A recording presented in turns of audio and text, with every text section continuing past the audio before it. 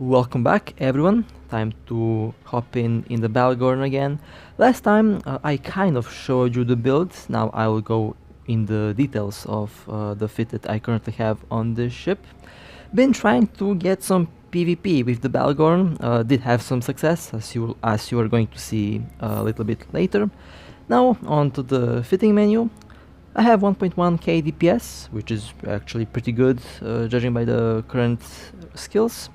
Currently using C-type large pulse lasers. Those weapons are, I think, the best for a Balgorn. It lands quite well within the range of the Nosferatus, with the range of the point, with the web, and of course with the drones. These are the medium modules. Now onto the... I have a couple large drones, but I rarely use them. I just prefer medium ones for the vast majority of cases. And these are the low modules. I might swap my co-op drive with a afterburner very soon. Depends on how things end up. These are the rigs. I focused on the tank with the Balgorn. The DPS is more than enough for destroying pretty much any ship in the game. The Nosferatus are killing capacitors on literally all battleships, cruisers, battlecruisers, and any ship that you can find. So 1.1k DPS so far has been working quite well. The DPS will be increased, working on the expert laser skills and some advanced laser skills should be completed very soon. Now this ship does have a nanocore at the moment. Nanocores will be released, I believe, around September. Not quite sure when the developers actually announced it, so I am getting a nanocore for my Macariel, Cinnabal, and of course the Balgorn. All of these ships deserve those nanocores. Will be fun to see the actual performance increasements after I get the nanocores for these faction ships. Alright, well, I've said that I'll do some PvP with Balgorn. I'll admit, it is very difficult to catch anything in this ship.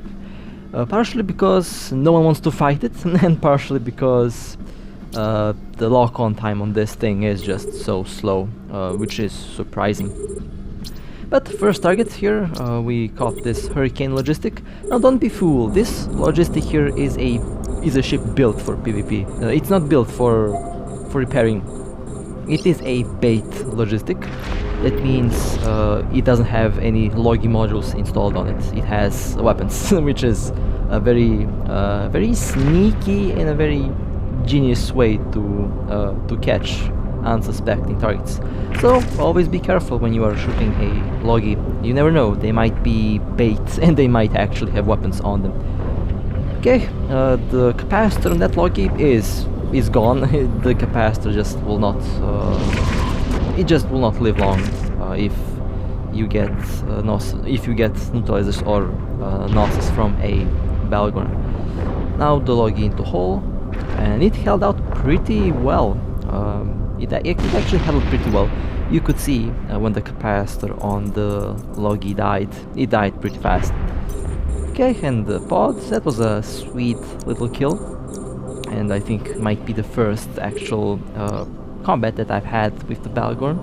I kind of forgot what was the first kill with this ship.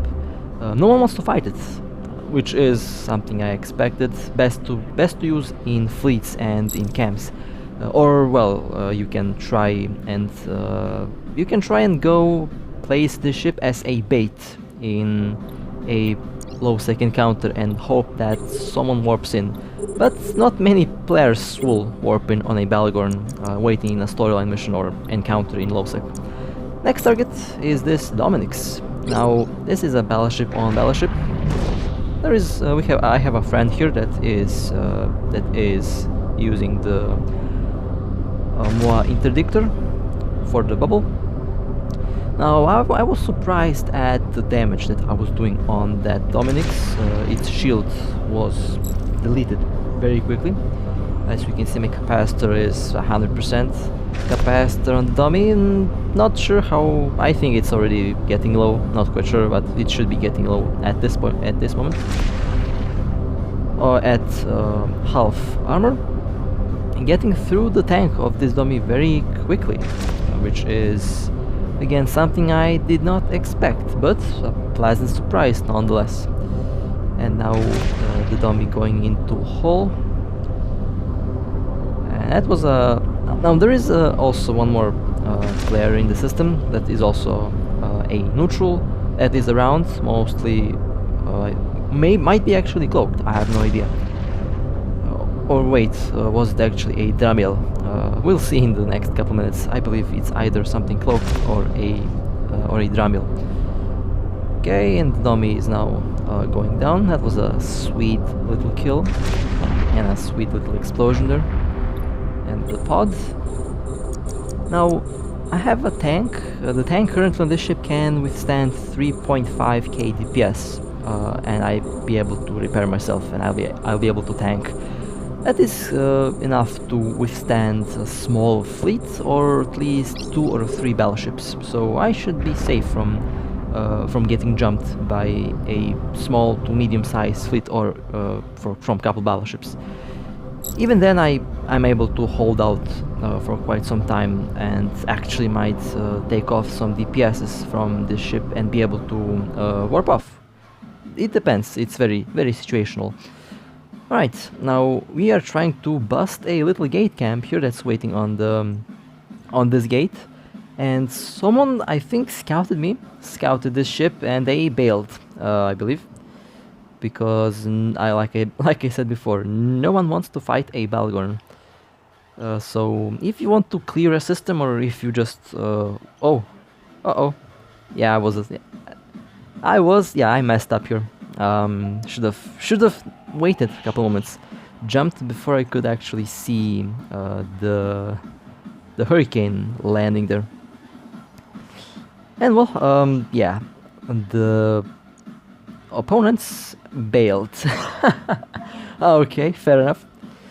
I guess I should have brought a Cinnabal. We would actually get a fight here, but I brought a Balgorn because why not? I want to have fun with this ship. But no one wants to fight it, so far. And there is this Dramiel that's far away from the gate, that's serving as a scout. They were 5 or 6 here on the gate, but yeah, they went away. Next target is this Dramiel, got caught by the bubble. And as you can see, the lock-on timer on this is indeed very long. And if you are trying to capture and target frigates, yeah, that's gonna take a while. But having neutralizers, or in my case having 3 Gnosis, will keep this ship will keep your enemy out of cap, so you definitely have enough time to take range and to shoot them down. Not many frigates can survive a hit or 2 from a Balgorn. Okay, so this fit works very well in PvP. In most cases it works too well because no one wants to fight a Balgorn, so yeah. For PvE this also works quite well. Now last time I had different Gnosis, I had a little bit different build on this ship, and the capacitor wasn't as stable as it is now. So for PvE, if you want to get a Balgorn for this, although kind of weird to get a Balgorn for PvE, but it works. It works incredibly well. You can.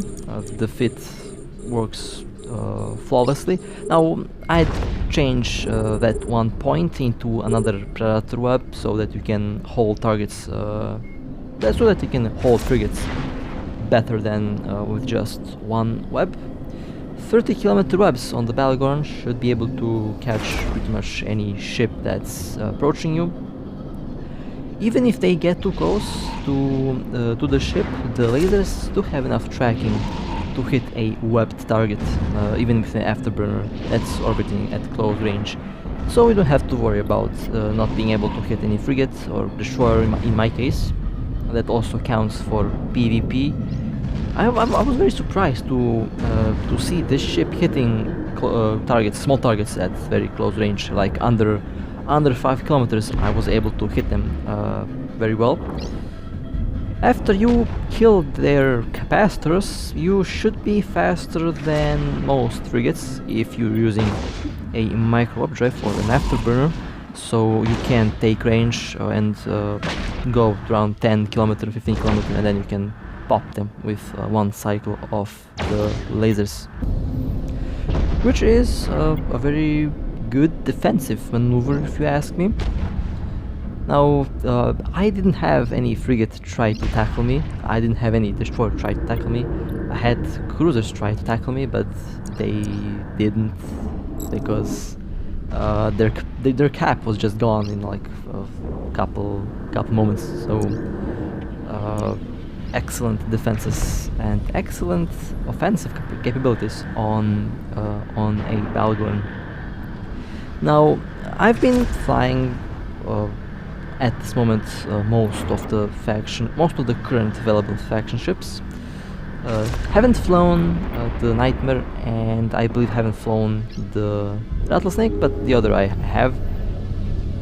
And I have to say, from all the faction ships that I've flown so far, including cruisers and frigates, I think the Balgorn might be one of my favorites, because this ship is just insane and very nasty if you catch any target. Now, these ships are perfect ambush ships. That means you can wait at a gate, at an anomaly, anywhere, and if you're camping around gates, it's good to have a bubble. If you have a bubble, then you can catch pretty much any ship that warps in, except interceptors. If you want to set up a bait or a trap, you will have to be very patient for anyone to attempt to tackle you in an anomaly. In 90% cases, no one wants to have any business with a Balgorn just sitting there in an anomaly. Speaking from my personal experience and from my personal PvP roams, I found a lot of Balgorns. I haven't tackled any of them because nope, these ships are just big nopes, and you just stay away from them in most cases. If you have a fleet, then then you can tackle a Bhaalgorn. But from that small fleet, be ready to lose at least 5 ships before you take one of these ships down, or in some rare cases, one Balgorn can take out an entire fleet. So I think I'll try to do that very soon. Again, no one wants to have business with this Balgorn for some reason. So still of course flying this ship exclusively for PvP at the moment, and I'm trying to find some unsuspecting targets, but it's getting a little bit hard because everyone knows what a Balgorn can do. Now, speaking about Amara ships, soon should be uploading a RB PvP roam, solo PvP roam, very soon. Been working on to change the build for that ship just a little bit. The last one was working flawlessly. Now I'm thinking about doing something with a large neutralizer. A large neutralizer on the RB can be a good idea. Just have to find a way to keep my own capacitor alive. With a neutralizer I can kill the capacitors of any ship up to a battleship. So that might be fun. We'll need a capacitor battery and power grid, so have to find the perfect balance on that ship in order to use that build. But it should be ready very soon, and I'll be rolling that in solo PvP like in the good old days. The RB2 is an amazing ship. The RB3 is out. Currently I am waiting for Sister of Eve ships that I'll be flying for PvP only, of course. So the Sister of Eve ships, Stratios, might be the true proper replacement for a Cortops cruiser, because they don't have any lock-on delay. So we will see how that will work out. I already have an idea about the build for such a ship.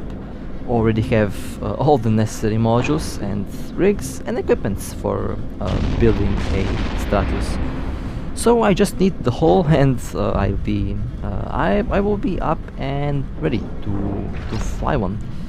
Now, last thing I've heard they should be released somewhere around August. That is in less than like 2 weeks at this moment. So they are around the corner.